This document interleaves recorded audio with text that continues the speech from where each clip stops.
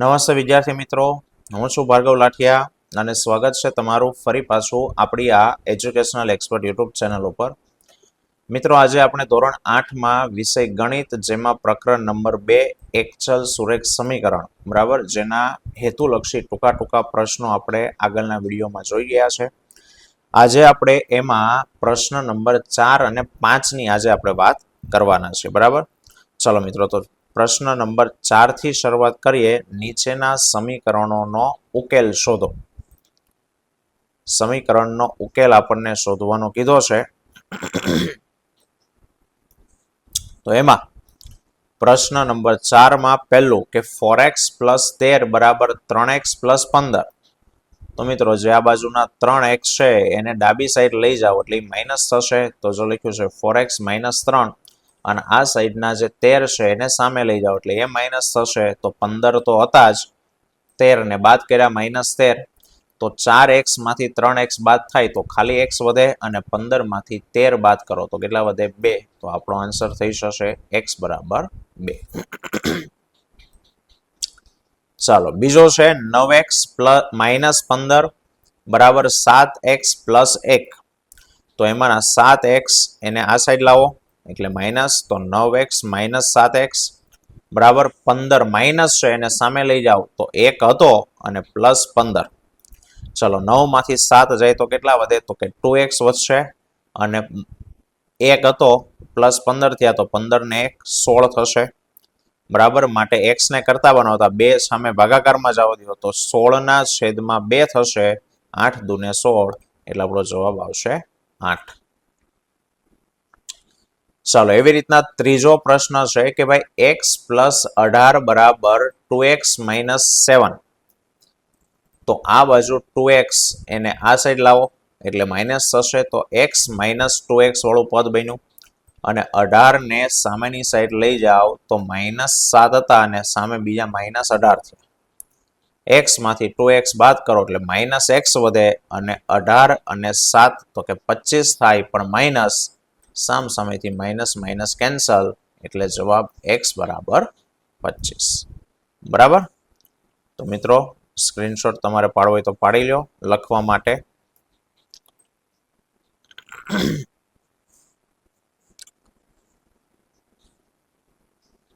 ચાલો, આ પ્રમાણે સ્ક્રીનશોટ. ઓકે, ચાલો હવે વાત કરીએ દાખલા નંબર 4ની.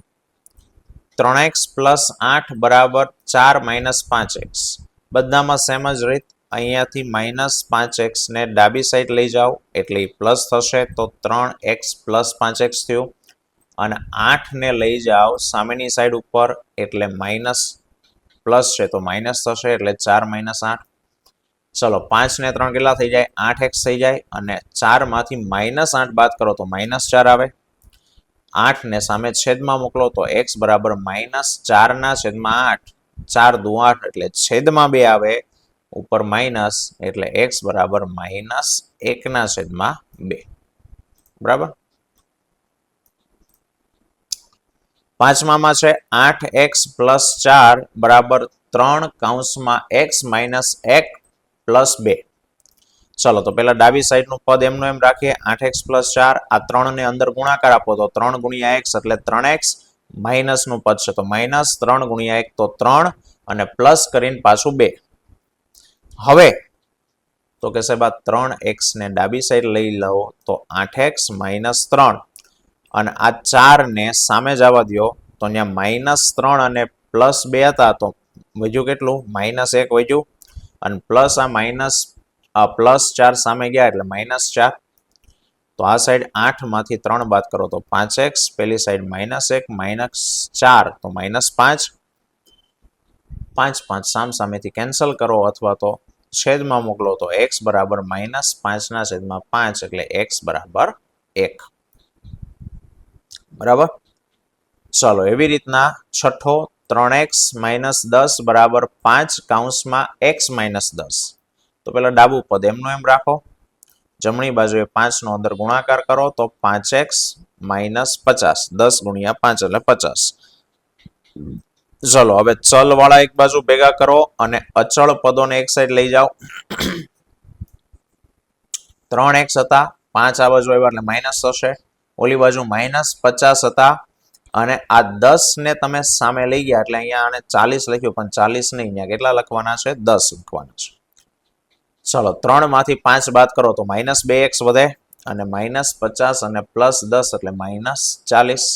બે સાઈડથી માઇનસ માઇનસ કેન્સલ થઈ ગયા, અને 2 ને સામે છેદમાં મોકલો તો x બરાબર 40/2 એટલે 20 દુ 40, તો x બરાબર 20. બરાબર. તો આનો પણ તમે સ્ક્રીનશોટ લઈ લો વ્યવસ્થિત, પણ એક અહીંયા સુધારો મેં કર્યો એ ધ્યાનમાં રાખજો. બરાબર. આ લાસ્ટ દાખલામાં અહીંયા જે એને +40 લખેલા છે એ +40 નથી, +10 કરવાના. ચાલો પ્રશ્ન નંબર 5, નીચેના સમીકરણોના ઉકેલ શોધો. તો મિત્રો એમાં પહેલું છે x - x/2 બરાબર x/3 + 1. તો સેમ પ્રોસેસ, પહેલા ચલ વાળા એક બાજુ ભેગા કરો અને અચળ પદોને એક સાઈડ ભેગા કરો. તો x + 3 એને આ બાજુ આવવા દઈએ, અને -2 ને જવા દઈએ સામેની સાઈડ. ચલો x/2 હતા, માઇનસ આ આવડા પ્લસ વાળા છે આ બાજુ આવ્યા એટલે -x/3 બરાબર સામેની સાઈડ 1 હતો, અને આ -2 ગયા એટલે 1 + 2. ચાલો હવે અહીંયા લસા લેવાનો, તો 3 અને 2 નો લસા થાય 6, તો એના માટે ક્રોસ ગુણાકાર કરો કે સાહેબ આ 3 ને સામે લઈ જાઓ એટલે 3 × x એટલે 3x થશે, અને આ 2 ને આ બાજુ લાવો એટલે 2 × x એટલે 2x થશે. બરાબર. અને છેદમાં 3 × 2 એટલે 6, સામે 1 + 2 એટલે 3, તો 3x આ બાજુ 3 × x એટલે 3x, અને આ બાજુ x × 2 એટલે 2x, 2/6 થઈ ગયા. હવે તો કે સાહેબ ઉપર 3x - 2x અને 2/6 લખી નાખ્યા કોમન, એ 6 ને આ બાજુ જવા દો, 3x માંથી 2x બાદ કરો એટલે x વધ્યું, અને 3 × 6 એટલે 18, તો જવાબ આવ્યો 6 તેરીને 18. બરાબર. હવે મિત્રો દાખલો તમને સ્કૂલમાં અલગ અલગ રીતે સમજાવી શકે, લખાણા જ પ્રમાણે આવે, આમાં બીજો કોઈ ઓપ્શન નથી. જેમ કે અહીંયા આને અલગ અલગ આ રીતનું કર્યું છે. બરાબર. આ એક સ્ટેપ વધાર્યું છે, એ ન કરવું હોય તો સીધું અહીંથી સામે ગુણાકાર કરવાનો, ક્રોસ ગુણાકાર લસા લેવા માટે, અને 3 × 2 છેદનો ગુણાકાર કરીને 6, તો 2/6 આ રીતના પણ તમને કહે. બરાબર. ચાલો બીજો દાખલો છે 5x + 7/2 બરાબર 3x/2 - 14. ચાલો ફરી પાછું ચલ વાળું આ બાજુ લઈ જાઓ અને અચળ વાળાને સામેની સાઈડ લાવો, તો આપણું પદ થશે કે ભાઈ 5x - 3x/2. હવે 5x/2 કાંઈ નથી એટલે 1 લખી શકાય. સેમ એવી રીતના સામે -14 હતા, એના છેદમાં કાંઈ નથી તો 1 લખ્યું, અને આ 7/2 સામે લઈ ગયા એટલે -7/2. ચલો હવે અહીંયા લસા લઈએ. સાહેબ આના છેદમાં 1 છે, આના છેદમાં 2 છે, સામસામો મેં કીધું એ પ્રમાણે ગુણાકાર કરો. તો 5x × 2 એટલે ડાયરેક્ટ આ વચ્ચેનું પદ નથી લખતા, 5x × 2 એટલે 10x થઈ ગયું. માઇનસ કરી અને 3x × 1 તો 3x એમનું એમ, લસા છેદમાં 2 × 1 એટલે 2, તો 2/2. ચલો સેમ આ સાઈડ કરીએ. 14 × 2 તો 14 દુ ને 28, પણ આગળ માઇનસ છે તો -28, વચ્ચે માઇનસનું પદ 7 × 1 એટલે 7, લસા 1 × 2 એટલે 2, તો -28/2 -7/2. રેડી. ચલો સામે આખાના છેદમાં લખવાનું થાય 10x - 3x, 10x, એના પછીનું સ્ટેપ થાય આ બાળકે નથી લખ્યું. 10x માંથી 3x ને બાદ કરો એટલે 7x વધશે. પેલી બાજુ -28 અને -7, તો માઇનસ પ્લસ એટલે કરવાનો સરવાળો, પણ ચિહ્ન મોટા પદનું, તો 28 ને 7 35, ચિહ્ન માઇનસ. આ સાઈડ આખાના છેદમાં 2 વધે, અને સામેની સાઈડે આખાના છેદમાં 2 વધે, એ સામસામાં 2 થઈ જાય કેન્સલ, કઈ બે સરખા છે. અને હવે 7 ને જવા દો સામે છેદમાં, તો જે એક્સ બરાબર -35/7, 7 પંચા ને 35 પણ માઇનસ, એટલે જવાબ આવ્યો એક્સ બરાબર -5. ચાલો હજી આપણી પાસે બે દાખલા છે આની અંદર. ત્રીજો 2x પ્લસ 8/3 બરાબર 26/3 - x. ચાલો આ માઇનસ એક્સ ને હું આ સાઈડ લઈ જાઉં એટલે 2x વત્તા x થઈ ગયું. આ 8/3 ને આ સાઈડ લાવું તો 26/3 હતું, -8/3. આ બાજુ તો છેદ છે નહીં એટલે સીધો સરવાળો કરી નાખો તો 2x વત્તા x એટલે સીધું 3 થઈ જાય. અને અહીંયા છેદ ઓલરેડી હરખા જ છે તો સીધી બાદ બાકી 26 માંથી 8 બાદ કરો તો 18, 18/3. 6 તેરીને 18 કરી નાખો એટલે 3x બરાબર 6 વૈજા, 3 ને છેદમાં મોકલો એટલે 3 દુ 6, x બરાબર 2. ચાલો અને ચોથો દાખલો આજનો કે ભાઈ 2x/3 પ્લસ 1 અને 7x/15, 7x/15 વત્તા 3.